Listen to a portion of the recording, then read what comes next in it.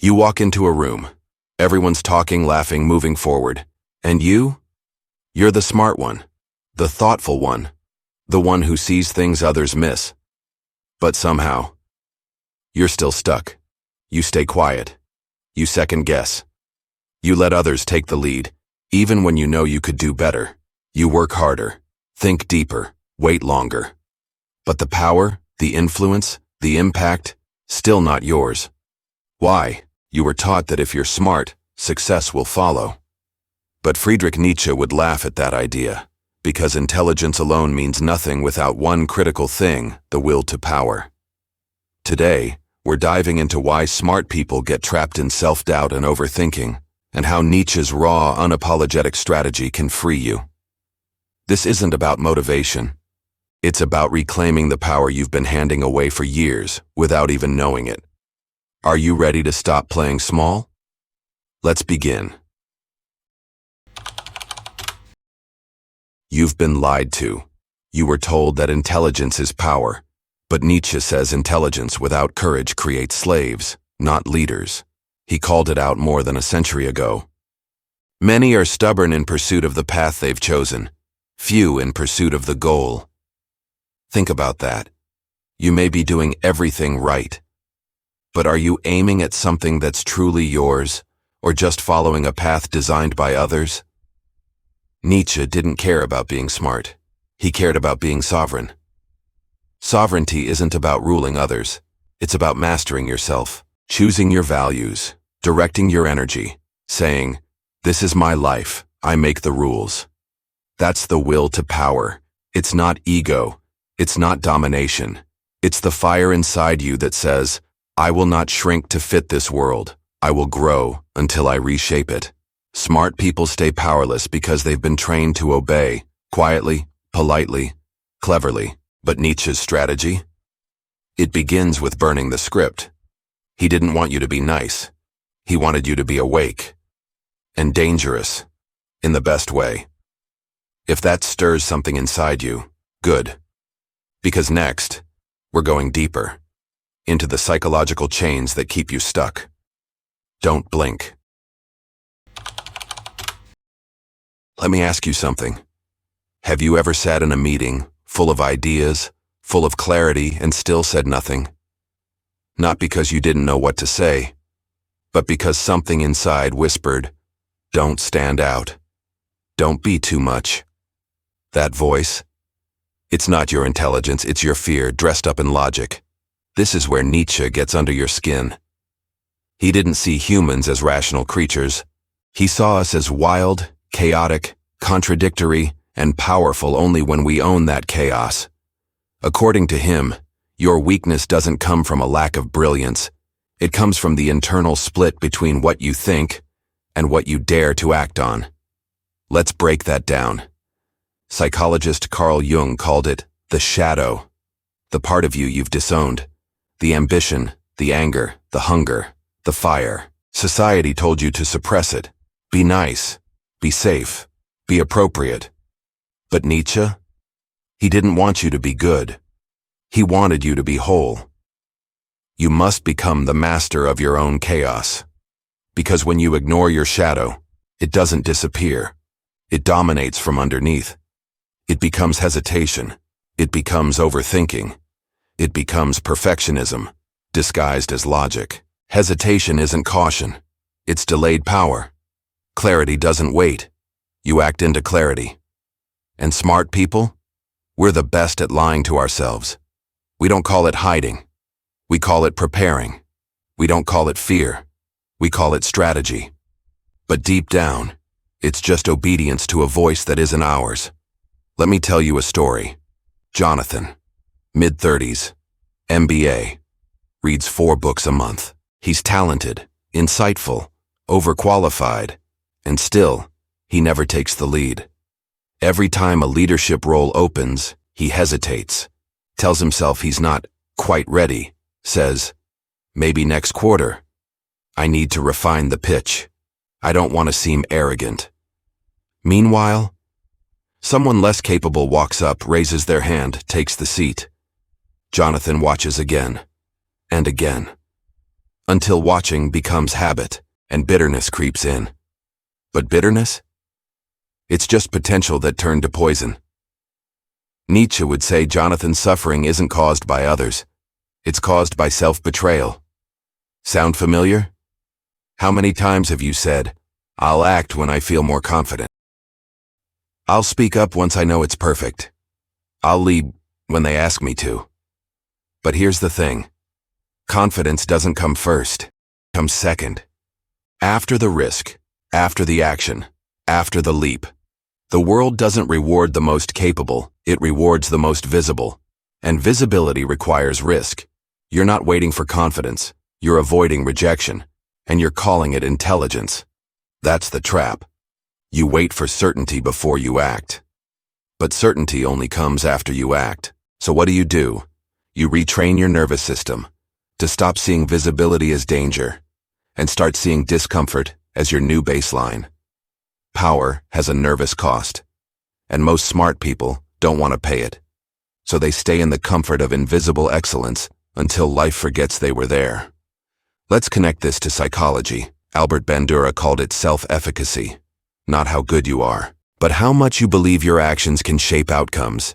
And that belief is shaped by repeated real action, not affirmations, not theory. Action. And here's the twist. When you suppress your ambition, your nervous system collapses inward. Stress compounds. You burn out without ever even playing. Nietzsche had a word for this. Resentment. When denied desire turns into bitterness. When self-suppression becomes worldview. You start to believe ambition is ego. Power is corruption. Confidence is arrogance. But you're not at peace. You're just numb. Now imagine Elise. Mid-20s, visionary. She's got an idea that could change her industry. But instead of launching, she keeps tweaking, polishing, waiting. 1 year passes, 3 competitors launch. One of them goes viral. And every time Elise sees a LinkedIn post about it, she feels a pang in her gut. Not envy. Mourning. Mourning the silence she chose. Nietzsche would scream, "Do not let your fire become ash." So here's the mirror. What power are you postponing? What part of you is wild and waiting? Where are you calling wisdom what is really fear? You don't have to be fearless, but you do have to stop obeying fear like it's truth. Because the moment you name it, you reclaim it. This is the part where most people check out. Too much truth, too much tension. But not you. You've made it here because you're ready. Ready to not just understand power, but to wield it. Next up, we make it personal. Your new values, your new habits, your new self. Don't look away. So here you are, aware of the trap, aware of the lie, aware of the smallness you've been conditioned to accept. Now what? Nietzsche never wanted you to admire power. He wanted you to become power, not through domination, but through transformation. And that transformation begins the moment you stop asking for permission. Let's start with a powerful truth. You are not your past. You are not your job, your habits, your timeline, your fears. You are your will. And Nietzsche believed that will, when activated, can reshape you completely. Let's make that real. 1. Rewrite your narrative. Every label you carry was given to you. Too intense, too quiet, too soft, too much. And every time you accepted it, you shrank just a little. Nietzsche called this inherited morality, scripts passed down by people too scared to write their own. But now, you write yours. Each morning ask, who do I want to become today? Not, what should I do? Not, who do they expect me to be? But, if I were free, what would I choose? Then live it, for 1 hour. Act like your future self now. That's not pretending. That's training. 2. Embrace discomfort like a ritual. Nietzsche's eternal return wasn't just a thought experiment. It was a pressure test for your life. If you had to relive today forever, would it be worthy of you? Most people live by default. They wait for clarity. They wait to feel ready. They wait for someone to tell them, now is the time. But Nietzsche says, The longer you wait, the weaker you become. You don't wait for strength, you build it. So here's the challenge. Do one thing each day that creates tension. Stretch the muscle of discomfort. Make bold decisions while your hands still shake. You grow at the edge, not in the center. 3. Break the herd spell. Let's be honest. You know you're different. You always have. But you keep editing yourself to fit into rooms you're meant to redesign. Nietzsche called this slave morality, the instinct to follow, to please, to stay invisible. The antidote? The Übermensch. Not a god, not a narcissist, but a self-creator. Someone who doesn't just live, they define life. So ask yourself, what values do you obey that aren't even yours? Who taught you to fear being seen? Whose rules are you still living under? And more importantly, are you done? You don't need a revolution, you need a refusal. A refusal to shrink, that's the spark. 4. Train identity, not outcome. This is where people get stuck. They chase goals, not identity. They want results, not rebirth. But Nietzsche was clear. You become who you repeatedly decide to be. So start small. Choose a trait, not a goal. Confident, disciplined, bold, focused. Now act like that person before breakfast. That's the work. Micro actions that shape macro self. One bold decision each morning. One boundary held. One silence you refuse to fill. Repeat it until it's no longer brave. It's just you. 5. Reclaim inner authority. Smart people have one major flaw. They look outward for certainty. What does the research say? What would my mentor do? What's the best practice? But Nietzsche says, become who you are, not what books approve of, not what society rewards, not what your parents wanted, who you are. And here's the key. That voice inside you, the one that speaks in moments of quiet, that's not fantasy, that's command. Start listening, start obeying you. Inner authority isn't loud, but it's fierce. And once it awakens, it won't shut up. Let's bring it together. This isn't about motivation. This is about metamorphosis. You've spent years thinking your way out of fear. Now you act your way into power. Let the old identity die. Let the new one emerge, not overnight, but every day. You don't need to be perfect. You just need to be precise. You don't need more time. You need to decide. And when you do, you stop performing. You stop delaying, you start moving, you start choosing. You don't become powerful by chasing it, you become powerful by training it. That's your path now. And it begins every time you stop asking and start becoming. You've done the inner work. You've faced the shadow. You've rewritten the script. But awareness is not enough. Action is everything. Nietzsche believed that philosophy should not just explain life, it should transform it. So let's transform. Here are 5 tools, 5 challenges, each one designed to reclaim your power in a world that taught you to surrender it. No fluff, no hype, just real strategic self-mastery. Let's begin. 1. The Power Hour Challenge, daily. Smart people spend all day thinking, but rarely create decisive space to own the day. Here's the challenge. Dedicate the first hour of your day to nothing and no one, except your becoming. Break it into 3 parts. 10 minutes. Write 1 sentence.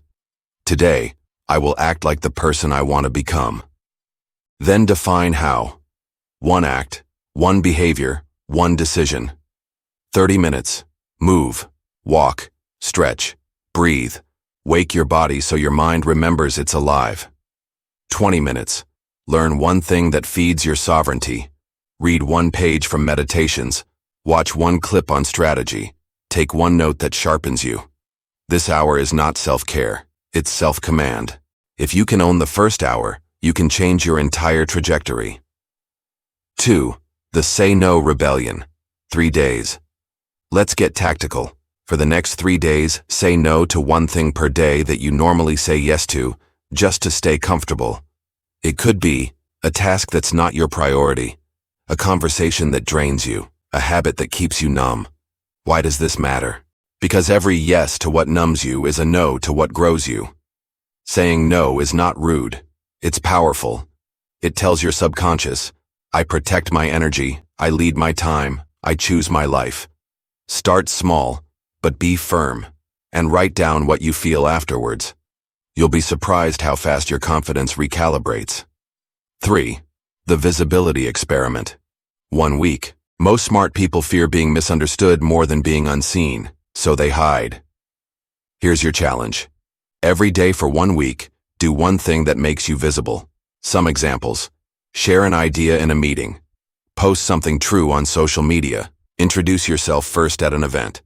Don't wait until you feel ready. Don't over-edit. Just hit send. Say the thing. Show up. Because courage is not the absence of fear, it's the refusal to obey it. And the more visible you become, the less permission you need. 4. The one honest conversation. Rule. 1 per week. Here's where it gets real. Once a week, have a conversation that scares you. Not because it's aggressive, but because it's honest. Tell someone how you really feel. Set a boundary you've been avoiding. Ask for what you actually want. Don't dramatize it. Don't rehearse it for hours. Just speak. Clean, direct, truthful. Nietzsche said, all things are subject to interpretation. Whichever interpretation prevails at a given time is a function of power. Your silence is someone else's power. Your truth is your return. Have one honest conversation this week. Watch how everything shifts. 5. The Sovereign Sunday Review, weekly. Most people reflect in the wrong direction. They ask, did I do enough? But Nietzsche would ask, did you become more of who you are? Each Sunday, run this 5-question review. 1. Where did I shrink this week? 2. Where did I rise? 3. What fear did I obey and how will I disobey it next time? 4. What value did I live fully? 5. What will I refuse to tolerate again? Then decide one thing. What identity will you train this week? Not think about, not plan, but train. This is your weekly ritual of becoming. It's not reflection, it's recalibration. Bonus, 30-day Nietzschean challenge. You want a full system? Take this. For 30 days, wake at the same time. Start your day with one intention. Say no to one small comfort. Say yes to one bold act. Write one sentence of truth about your life, every single day. Do this not to impress anyone, not to be perfect, but to build the inner muscle Nietzsche trusted more than genius, the will to power. You will get tired. You will want to skip. You will think, is this even working? Keep going, because the person who finishes this challenge will not be the same person who started it. Let's be honest. You've tried soft advice before. You've read self-help books. You've done mindset journaling. But this is war. Not against others, against the parts of you that want to stay small. And the tools above, they are your weapons, not to destroy, but to liberate. From old identities, from borrowed values, from invisible cages. So here's the deal. Pick one tool from this list. Just one. Start today, not next week, not when things calm down, today. Then comment below, which one did you choose? What did you feel? What scared you? Because we're not here just to watch, we're here to do, to shift, to lead. And if you do the work, the world will feel you differently. Now get ready. Because what's coming next is not just a wrap-up. It's the vision of who you're becoming. And why this journey is just getting started. Let's go. Picture this. You walk into a room. The same one that once made you shrink. But this time, something's different. You don't scan for approval. You don't shrink to be liked. You walk in grounded, present, clear. You don't explain. You don't justify. You embody. Not because you've changed everything around you, but because you've claimed everything within you. This isn't confidence. This is command of your space, of your voice, of your life. You don't need to be fearless. You just need to be done waiting. Nietzsche never wanted you to admire power. He wanted you to activate it. The will to power is not a concept. It's a decision, made daily, felt deeply, lived loudly. So what now? You've heard the truth. You've seen the path. Now walk it. Pick one tool from this video. Just one. Do it within the next 24 hours. Not next week. Not when you have time. Today. Let this video not just inspire you. Let it activate you. Let it become the day you stopped hesitating. Then come back here. Drop a comment. What did you do? What did it change? How did it feel? Because this is no longer just a video. It's a community of transformation. And your story might be the one that lights someone else's fire. If you felt this, if it sparked something inside you, subscribe. Share it with someone who's stuck. And most of all, return next week. Because the next video, we're breaking down how Nietzsche, Jung, and Marcus Aurelius would handle betrayal, manipulation, and power in modern leadership. This journey isn't over. It's barely begun. You've awakened the fire. Now learn to wield it. I'll see you there.